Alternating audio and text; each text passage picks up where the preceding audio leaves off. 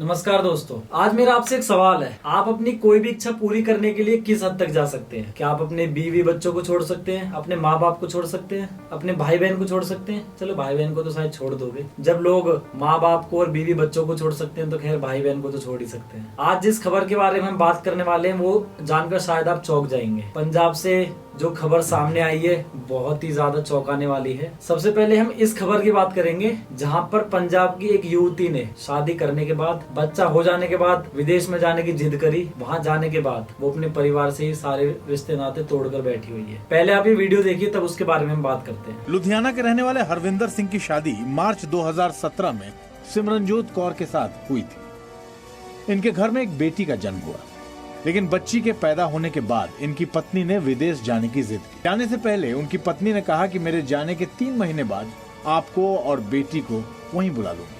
लेकिन जाने के कुछ समय बाद पत्नी ने हरविंदर से संपर्क तोड़ दिया। अब हरविंदर अपनी बेटी के आंसुओं का हिसाब मांग रहे हैं। ये कौन है? ये कौन है?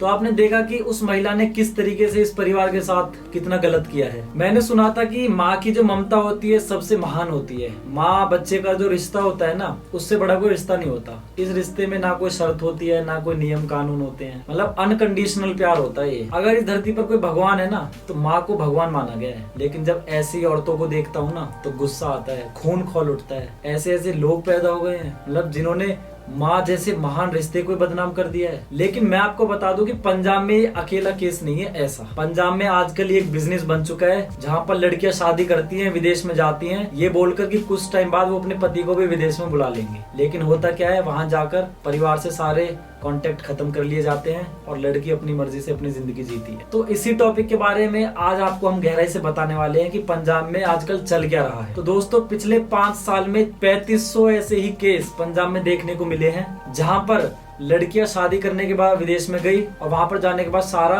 रिश्ते नाते तोड़ दिए गए और लड़के की फैमिली को मेंटली और फाइनेंशियली हर तरीके से टॉर्चर होना पड़ा है। तो दोस्तों, इस सारे के पीछे जो एक कहानी है ना, सारी के पीछे जो एक रीजन है, वो है पंजाब के लड़कों का विदेश में जाके सेटल होना। मतलब पंजाब का युवा चाहता है कि भाई वो बाहर जाके रहे, विदेश में दूसरी कंट्रीज में जाके वहीं सेटल हो जाए, वहीं अपना जिंदगी गुजारे, मजे ले। लेकिन जो लोग पढ़ने में अच्छे नहीं होते, अब होता क्या है कि आपको अगर बाहर जाना है, विदेश में पढ़ना है, तो उसके लिए एक एग्जाम क्लियर करना पड़ता है आइल्स का, IELTS, international English language test system. तो जो लोग इस एग्जाम को क्लियर नहीं कर पाते तो उनके लिए बाहर पढ़ना थोड़ा टफ हो जाता है। तो जिन लोगों का सपना बाहर रहना होता है तो वो क्या करते हैं, खुद तो क्लियर कर नहीं पाते। मान लो मैं हूँ, मेरे को बाहर जाके सेटल होना है, कनाडा में सेटल होना है, लेकिन मैं आइल्स का एग्जाम क्लियर नहीं कर पाया क्योंकि पढ़ने में मैं अच्छा नहीं हूँ। बट और मेरे को बाहर जाके वहाँ का परमानेंट सिटीजन भी होना है। फिर मेरे पास एक रास्ता बचता है कि मैं किसी ऐसी लड़की से शादी करूं जो पढ़ने में अच्छी हो, आइल्स का एग्जाम क्लियर कर रखा हो, मैं उसका खर्चा उठाऊं, पूरा खर्चा वर्चा करके उसको भेज दूं कनाडा।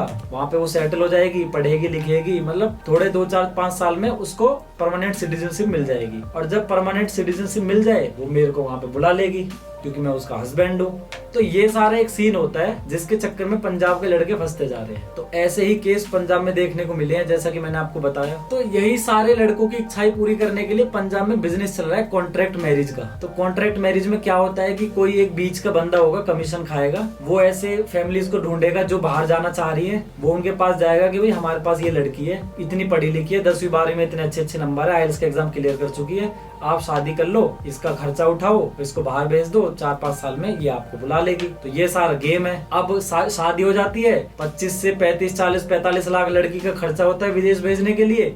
जब लड़की वहां पे चली जाती है, वहां पे जाने के बाद दिखा देती है ठेंगा। क्यों?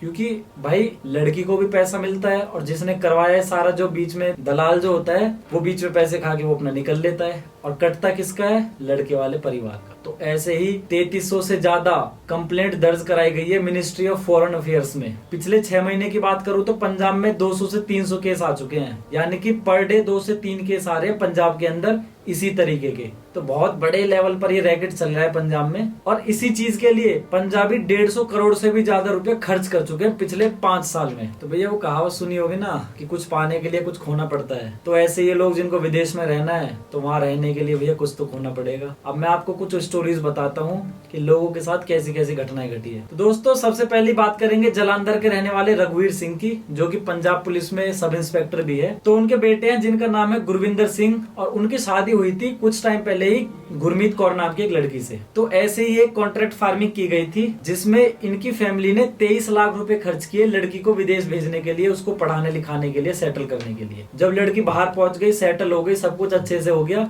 तो लड़की ने लड़के को एक्सेप्ट करने से मना कर दिया।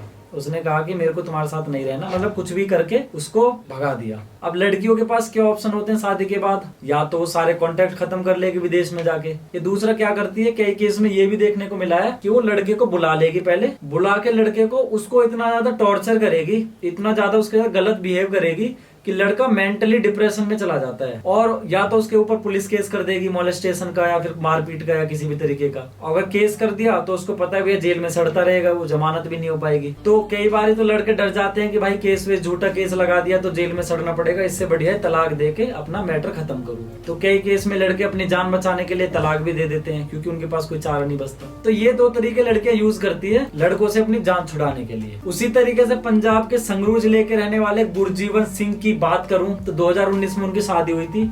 उनकी पत्नी प्रभजीत कौर, जिनको उन्होंने शादी के बाद विदेश में भेजा, उनके ऊपर 33 लाख रुपए उन्होंने खर्च किए। जब वहां पे वो सेटल हो गई, सेटल होने के बाद उन्होंने उनको भी ठेंगा दिखा दिया। उन्होंने कहा कि मुझे आपसे कोई कांटेक्ट नहीं रखना और मैं आपको एक्सेप्ट नहीं कर सकती, मतलब उन्होंने तो उसको शादी ही मानने से मना कर दिया। तो भाई आप सोचो, अगर आपके और हमारे साथ एक कहानी हो जाए तो हमारा क्या होगा। मतलब आप अपनी जीवन पूरी जमा पूंजी लगा देते हैं, जमा पूंजी के बाद आपको उम्मीद है कि भाई आपकी पत्नी, धर्म पत्नी जी पढ़ रही हैं, लिख रही हैं, फिर नौकरी करेंगी, फिर वो आपको बुलाएंगी और आपको इतना तगड़ा झटका दे दिया जाए।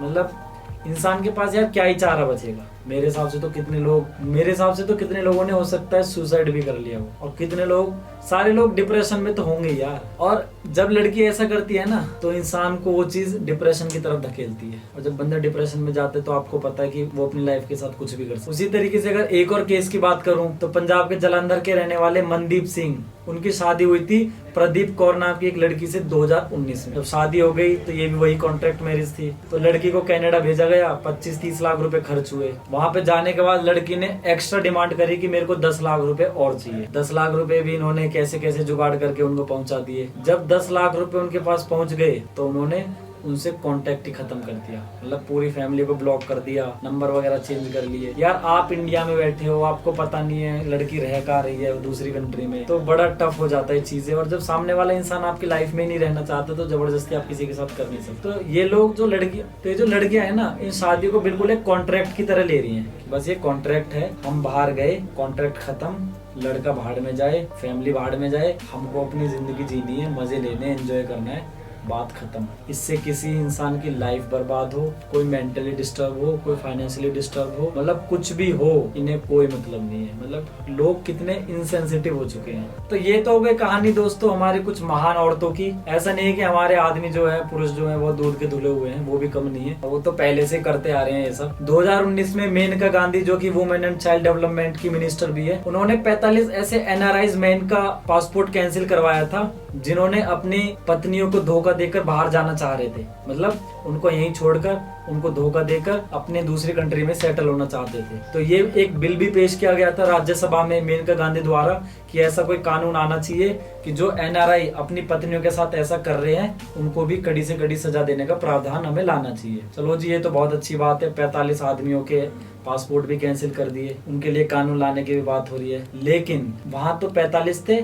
यहाँ है 3500। समझ रहे होंगे हमारी सोसाइटी में यार एक बड़ी दिक्कत है। लोग समझते हैं कि महिलाओं के साथ ही गलत होता है। मतलब महिला को अगर कोई एक आदमी चांटा मार दे तो ये लगा लो पता नहीं क्या पूरी दुनिया के जो आदमी भी औरत भी है उसको मारने लग जाएंगे। लेकिन जितना गलत एक महिला को चांटा मारना है ना, उतना ही गलत एक आदमी पुरुष को भी चांटा मारना है। जितना दुख एक महिला को होता है ना, उतना ही दुख पुरुष को भी होता है। भाई दिल उनके पास भी है, क्या उनका दिल नहीं टूटता? जो माँ अपने 2-3 साल की बेटी को छोड़कर गई है, वहां पर रह रही है, जो आज उससे बात भी नहीं करती, उसके हस्बैंड का आपने देखा होगा क्या हाल है। क्या उसकी कोई फीलिंग्स नहीं है? उसकी भावनाओं की कोई कदर नहीं है? उसको जीने का अधिकार, उसको उसकी बच्ची को उसकी माँ का अधिकार मिलना चाहिए। मेरा अनुरोध सरकार से यही है कि पुरुषों के लिए भी कोई कानून आना चाहिए जिससे इनके साथ जो चीजें गलत हो रही है उनको भी उनका अधिकार मिल सके, वो भी अपने अधिकारों के लिए लड़ सके। मिनिस्ट्री ऑफ फॉरेन अफेयर्स में एक कंप्लेंट दर्ज कराई गई है, देखते हैं हमारी सरकार क्या करती है।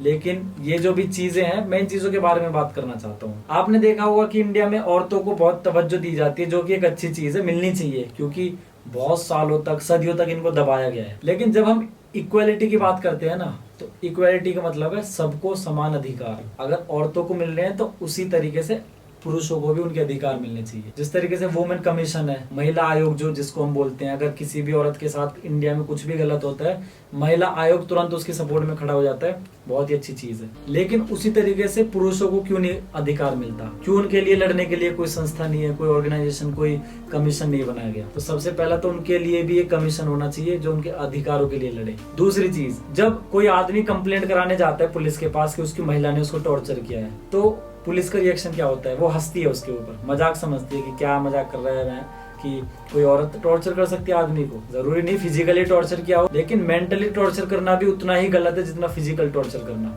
फिजिकल टॉर्चर से आपको बाहर चोट लगी है, लेकिन मेंटल का मतलब है आपके दिमाग में चोट, और बंदा तब डिप्रेशन में जाता है जब उसके दिमाग में चोट लगती है। हमें वुमेन हैरेसमेंट के साथ साथ ही मैन हैरेसमेंट को भी उतना ही सीरियसली लेना चाहिए। तीसरी चीज, जब औरत और आदमी के बीच में लड़ाई होती है, महिला अगर जाती है पुलिस स्टेशन एफआईआर करवाने, तो उसी टाइम पर पुलिस जो है उसको एक क्रिमिनल मान लेती है कि आदमी ने गलत किया ही होगा। क्यों? उसे तो लगता है कि भाई जो आदमी पैदा ही क्रिमिनल हुआ है। माइंडसेट ऐसा हो गया है कि लोगों को, पुलिस को लगता है कि भाई आदमी ही गलत होगा, चाहे औरत ने कितना भी गलत किया हो। आपको पता होगा इंडिया में जितने भी दहेज के केस लगाए जाते हैं उसमें से मोस्टली केस फेक होते हैं, नकली होते हैं, और ऐसा पुलिस भी कहती है। और ये आप रिकॉर्ड भी देख सकते हैं कि कितने केस नकली होते हैं जो औरत मर्दों के ऊपर लगाती है। एक और चीज यहाँ पर आती है कि भाई अगर हम इक्वलिटी की बात करते हैं, अगर महिला की शिकायत पर उसकी एफआईआर की जाती है, तो मर्दों की शिकायत पर क्यों नहीं की जाती? अगर कोई मर्द जाएगा ना पुलिस स्टेशन, उससे पता क्या बोला जाता है? अरे कोई नहीं, क्यों कर रहे हो, फैमिली मैटर है, सॉल्व कर लो घर बैठ के आराम से। मतलब आदमी के लिए वो फैमिली मैटर हो गया, औरत के लिए फैमिली मैटर नहीं है। औरत के केस में 1 मिनट में आप क्रिमिनल डिसाइड कर देते हो। तो अगर हम इक्वालिटी की बात करते हैं तो हमें आदमी और औरत दोनों को एक ही चश्मे से देखना होगा, एक ही लेंस से उन्हें देखना होगा कि अगर आदमी गलत हो सकता है तो औरत भी गलत हो सकता है। आदमी अगर फिजिकली हरेस कर सकता है वुमेन को, तो औरत आदमी को मेंटली हरेस कर सकती है, मेंटली टॉर्चर कर सकती है। तो दोस्तों, हमारी सरकार से यही एक अपील होगी कि मर्दों के लिए भी ऐसे कानून लाए जाए जैसे कि औरतों के लिए लाए गए हैं, क्योंकि जब हम समानता की बात करते हैं तो वो सभी के लिए कानून बराबर होना चाहिए। तो उम्मीद करता हूँ दोस्तों आपको वीडियो पसंद आई होगी। आज की वीडियो में सिर्फ इतना ही। अगर आपको वीडियो पसंद आए तो वीडियो को लाइक करें, कमेंट करें, और इस वीडियो को अपने दोस्तों के साथ शेयर करें, ताकि आपके दोस्त ऐसे ही किसी के चक्कर में ना पड़ जाएं और उनका भी कट ना जाए। तब तक के लिए बने रहिए। जय हिंद, जय भारत, वंदे मातरम।